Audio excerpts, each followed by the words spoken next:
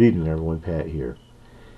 Um, it's Monday, late Monday night or early Tuesday morning. We're going to look at it, and I'm back, and I want to pick up where we left off. And where we left off was talking about Black Liberation Theology, and I've been talking about Black Liberation Theology so much that I almost forgot why I started talking about it to begin with.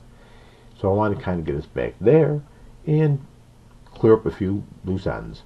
Now, for those of you who don't know, Mr. Chauncey DeVega, who I initially started talking about when I found one of his articles called Was Rick Santorum's Beef with Black Liberation Theology? Well, Mr. DeVega and I have been having a back and forth regarding Black Liberation Theology, and he's been kind of holding me accountable, which is fine and it's understandable, and he's kind of reposted some of my videos on another website that and they've received less than critical acclaim, or maybe they've received critical acclaim. Anyway, that's fine. I understand that.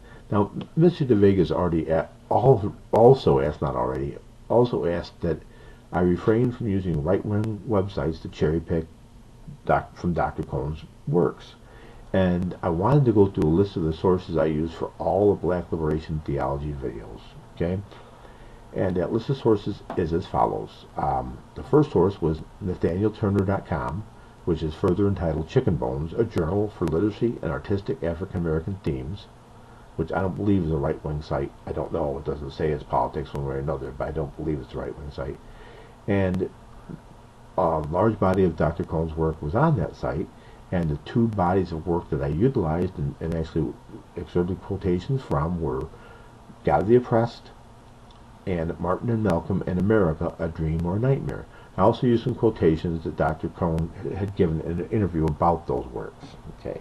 Now, I also used Chauncey DeVega's blog, and initially the story about what is Rick Santorum's belief, or excuse me, what is Rick Santorum's beef with Black Liberation Theology. Now, I also touched on some of his other articles, the one about Mitt Romney and whiteness and Martin Luther King Day, and I think that's the only other one I used. If there was another one, it escapes my mind at short notice, and I apologize. Now, finally, in terms of Jim Crow and the Jim Crow laws, the source I used was the PBS series, The Rise and Fall of Jim Crow, which is an excellent series. There's a film, but it's also available on the internet in pretty much its complete form as a study guide. And it's an excellent series, and it's very informative, and I don't believe that PBS is a bastion of right-wing conspiracy. But the things that I talked about and I mentioned are very easy to find in those works. Okay, so that's as far as the work. So I didn't cherry pick from any right-wing sites. I just want to make that clear. Now, why did we start talking about Black Liberation Theology in the first place?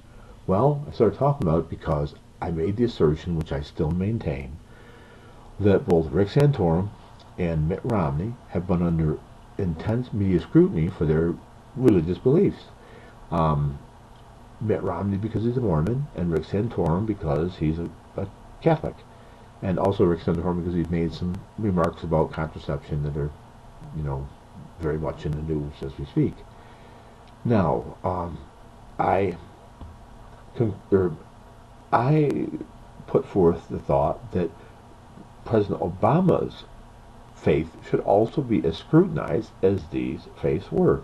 Now, I know that Pastor Wright, the Reverend Wright, received a lot of scrutiny when the teachings of Barack Obama's church first came to the light, and Black Liberation Theology, and some of the things that Reverend Wright were saying were considered as being anti-white and being anti-American.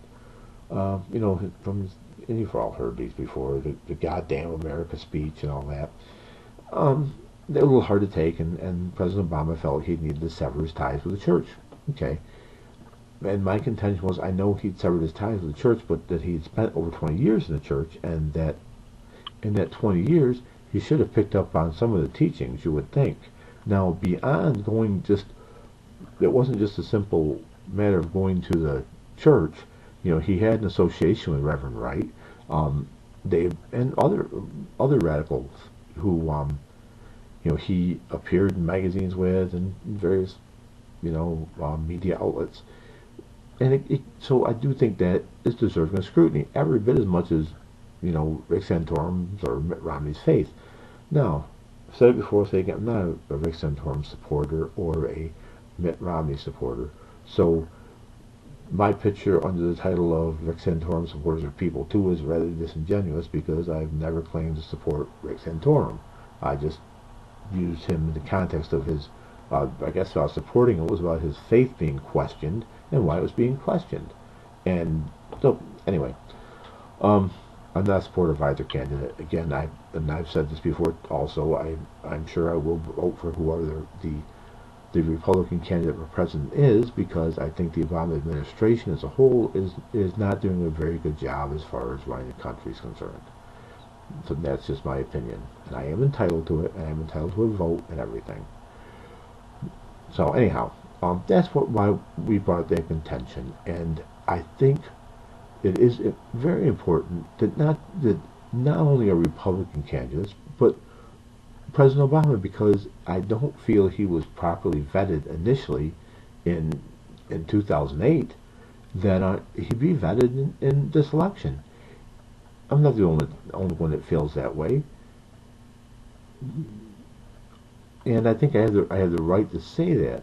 Now, there's been a lot of talk in conservative circles nowadays, since the death of Andrew Breitbart, that Andrew Breitbart had all these secrets about President Obama, and everyone wonders what they were, and what else was he vetting him on.